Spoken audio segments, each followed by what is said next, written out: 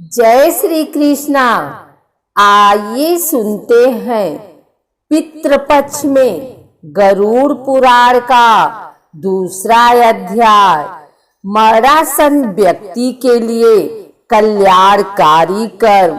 सबसे पहले भूमि को गोबर से लीपना चाहिए, फिर जल की रेखा से मंडल बनाकर उस पर तिल और कुश घास बिछाकर मरणासन व्यक्ति को उस पर सुला देना चाहिए। उसके मुंह में पंचरत्न स्वर्ण आदि डालने से सब पापों को जलाकर मुक्त कर देता है। भूत प्रेत आत्माएं और यम के दूत अपवित्र स्थान और जमीन के ऊपर रखी चारपाई से मृत शरीर में प्रवेश करते हैं। उसके मुंह में गंगा जल डालना चाहिए अथवा तुलसी का पत्ता रखना चाहिए। कोई भी शोक न मनाता हुआ उसके पास प्रभु का नाम ले। जब तक प्राण है विष्णु का नाम ले। यमराज का अपने दूतों को आदेश है कि मेरे पास उन आत्माओं को लाओ जो हरि का नाम नहीं लेते। ओम हरि को जपने वाले मेरे पास नहीं आते। पापी मनुष्य जो नारायण को नहीं मानते, उनके कितने ही पुण्य कर्म उनके पापों को नहीं मिटा सकते। हे गरुड़, जाने या अनजाने में मनुष्य जो भी पाप करते हैं, उन पापों की शुद्धि के लिए उन्हें प्रायश्चित करना चाहिए। शास्त्रों में 10 विधि स्नान, चंद्रयान, व्रत, गौदान आदि का लेख किया गया है। यदि मनुष्य उनमें क्षमता के कारण सफल न हो रहा हो तो कम से कम चौथाई प्रायश्चित अवश्य करना चाहिए। तत्पश्चात 10 महादान, गौ, भूम, तिल, स्वर्ण, घी, वस्त्र, गुड़, रजत, लवण इनका दान करना चाहिए। यह पाप की शुद्धि के लिए पवित्रता में एक से एक बढ़कर है। यम द्वार पर पहुंचने के जो मार्ग बताए गए हैं वह अत्यंत दुर्गंधक, मवाद, रक्त आदि से परिव्याप्त है। अतः उस मार्ग में स्थित बैतरणी नदी को पार करने के लिए बैतरणी गौ, जौ गौ सर्वांग में काली हो और जिसके थन भी काले हो का दान करना चाहिए। यह सब उत्तम प्रकृति वाले ब्राह्मण को देना चाहिए। पददान का महत्व। छत्र, जूता, वस्त्र, अंगूठी, कमंडलू, आसन, पात्र और भोजन पदार्थ, यह 8 प्रकार के पददान हैं। तिल पात्र, घृत पात्र, सैया तथा और जो अपने को इष्ट हो देना चाहिए। हे पक्षीराज, इस पृथ्वी पर जिसने पाप का प्रायश्चित कर लिया है, सब प्रकार के दान भी दे चुका है, बैतरणी गौ तथा अष्ट दान कर चुका है, जो तिल से पूर्ण पात्र, घी से भरा पात्र, सैया दान और विधिवत पद दान करता है, वह नरक रूपी गर्भ में नहीं आता, अर्थात उसका पुनर्जन्म नहीं होता। मनुष्य स्वयं जो दान करता है परलोक में वह सब उसे प्राप्त होता है, वहां उसके आगे रखा हुआ मिलता है। छत्र दान करने से मार्ग में सुख प्रदान करने वाली छाया प्राप्त होती है। पादुका दान से वह मनुष्य घोड़े पर सवार होकर सुखपूर्वक मार्ग पार करता है। जल से परिपूर्ण कमंडलों के दान से मनुष्य सुखपूर्वक परलोक गमन करता है। वस्त्र आभूषण दान करने से यमदूत प्राणी को कष्ट नहीं देते। तिल, सफेद, काले, भूरे के दान से मन, वाणी और शरीर से किए हुए पाप नष्ट होते हैं। सभी साधनों से युक्त शैया दान से स्वर्गलोक में 60,000 वर्ष तक इंद्रलोक के भोग भोगता है। इसके अतिरिक्त गौ दान देते समय नांदा नांदा नाम के उच्चारण करने से बेतरनी नदी में नहीं गिरता। दुखद और बीमारी के समय तिल, लोहा, सोना, रुई का वस्त्र, नमक, 7 अनाज, भूमि का टुकड़ा देने से पाप कर्मों की शुद्धि होती है।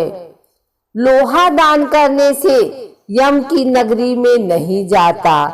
लोहे का दान हाथों को जमीन के साथ छूते हुए देना चाहिए। यमराज के हाथों में कई प्रकार के लोहे के अस्त्र होते हैं। यह दान उन अस्त्रों के प्रभाव को कम करता है। सोने का दान यमराज की सभा में उपस्थित ब्रह्मा और दूसरे ऋषि मुनियों को प्रसन्न करता है, जो कि वरदान की संज्ञा रखता है। रुई के वस्त्र से यमदूत कष्ट नहीं देते। 7 अनाजों के दान से यम द्वारों पर तैनात कर्मचारी आनंदित होते हैं। भूमि के टुकड़े पर जिस पर फसल हो देने से इंद्रलोक की प्राप्ति होती है।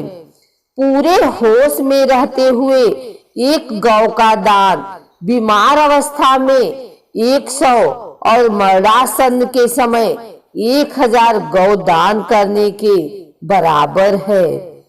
एक गौ केवल एक जन को ही दी जानी चाहिए। वह यदि इस गौ को बेचता है या किसी दूसरों के साथ इसका बंटवारा करता है तो उसका परिवार 7 पीढ़ियों तक पीड़ित रहता है। गौ दान करने की विधि: काली या भूरी गौ के सींगों पर सोने का पत्र और पैरों में चांदी पहनाएं।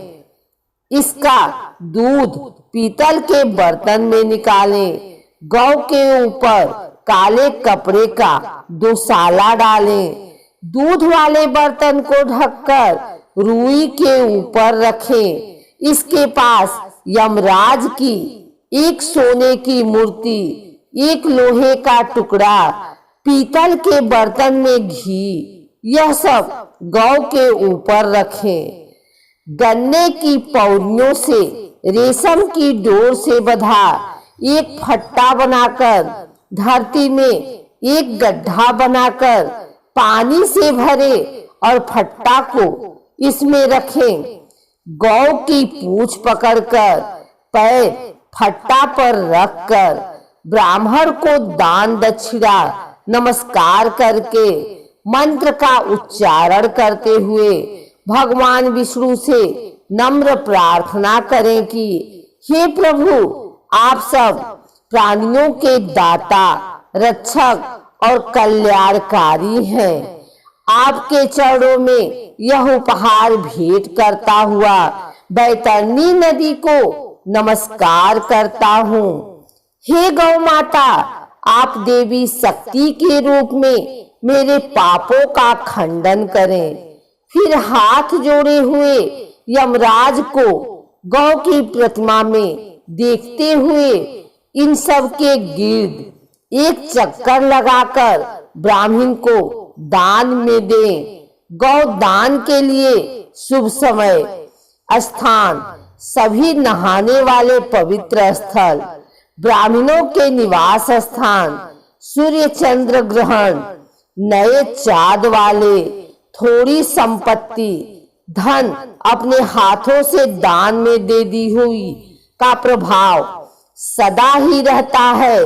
धन संपत्ति, पत्नी, परिवार सब विनाश होने वाले हैं। इसलिए पुण्य कर्मों को संचित करो।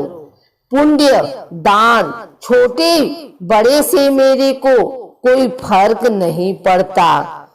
लालच के कारण जो पापी लोग बीमारियों में पुण्य दान नहीं करते, वह सदा दुखी ही रहते हैं। पुत्र, पौत्र, भाई, बंधु, मित्र जो मरणासन व्यक्ति के लिए दान पुण्य नहीं करते, उन्हें ब्रह्म हत्या का पाप लगता है। इन बताए गए सभी प्रकार के दानों में प्राणी की श्रद्धा और अश्रद्धा से आई हुई दान की अधिकता और कमी के कारण उसके फल में श्रेष्ठता और लघुता आती है। भूमि पर बने इस मंडल में ब्रह्मा, विष्णु, रुद्र, लक्ष्मी तथा अग्नि देवता विराजमान हो जाते हैं। अतः मंडल का निर्माण अवश्य करना चाहिए। मंडल वहीन भूमि पर प्राण त्याग करने पर उसे अन्य योनि नहीं प्राप्त होती। उसकी जीवात्मा वायु के साथ भटकती रहती है। तिल मेरे पसीने से उत्पन्न हुए हैं। इसका प्रयोग करने पर असुर, दानव, दैत्य भाग जाते हैं। एक ही तिल का दाना स्वर्ग के 32 सेर तिल के बराबर है। कुश मेरे शरीर के रोमों से उत्पन्न हुआ है। कुश के मूल में ब्रह्मा, मध्य में विष्णु तथा अग्रभाग में शिव को जानना चाहिए। इसलिए देवताओं की प्राप्ति के लिए मुख्य रूप से कुश को और पितरों की प्राप्ति के लिए तिल का महत्व है। हे पक्षी श्रेष्ठ, विष्णु, एकादशी व्रत, गीता, तुलसी, ब्राह्मण और गौ, यह 6 दुर्गम आसार संसार में लोगों को मुक्ति प्रदान करने के साधन हैं। अंतिम सांसों में ओ गंगा भागवत गीता के श्लोक अथवा हरि का नाम जपने से मंगलकारी होता है। मृत काल में मरणासन के दोनों हाथों में कुश रखना चाहिए। इससे प्राणी विष्णु लोक को प्राप्त होता है। लावना रस पितरों को प्रिय होता है अथवा स्वर्ग प्रदान करता है। उसके समीप तुलसी का पेड़, शालिग्राम की सिल्ला सभी पापों को नष्ट करती है। भी ला कर रखें। जिस घर में तुलसी स्थल बनाकर तुलसी की पूजा होती है, वह एक पवित्र नहाने का स्थान माना जाता है और यम के दूत वहां नहीं आते। इसके बाद यथा विधान सूतकों का पाठ करना चाहिए। ऐसा करने से मृत्यु मुक्ति दायक होती है। शोक न मनाते पुत्र को सर मुड़वाकर नए वस्त्र धारण कर अपने प्रियजनों के साथ लाश को नहलाना चाहिए। इसके बाद मरे हुए व्यक्ति के शरीरगत विभिन्न स्थानों में मुख, नाक के छिद्र, नेत्र, कान, लिंग, ब्रह्मांड पर सोने की सालाखें रखें। उसके शव को 2 वस्त्रों से आच्छादित करके कुमकुम और अक्षत से पूजन करना चाहिए। घर की बहुरानी और दूसरों को लाश की गिर्द चक्कर लगाकर उसे पूजना चाहिए और मरण स्थल पर चावल की खीर लाई अर्पित करना चाहिए। ऐसा करने से धरती माता और दिव्य शक्तियां प्रदान करती हैं। पुष्पों की माला से विभूषित करके उसे पुत्र बंधुओं के साथ द्वार से ले जाया जाए। उस समय पुत्र को मरे हुए पिता के शव को कंधे पर रखकर स्वयं ले जाना चाहिए। यदि मनुष्य को मोक्ष न मिलता हो तो पुत्र नरक से उसका उद्धार कर देता है।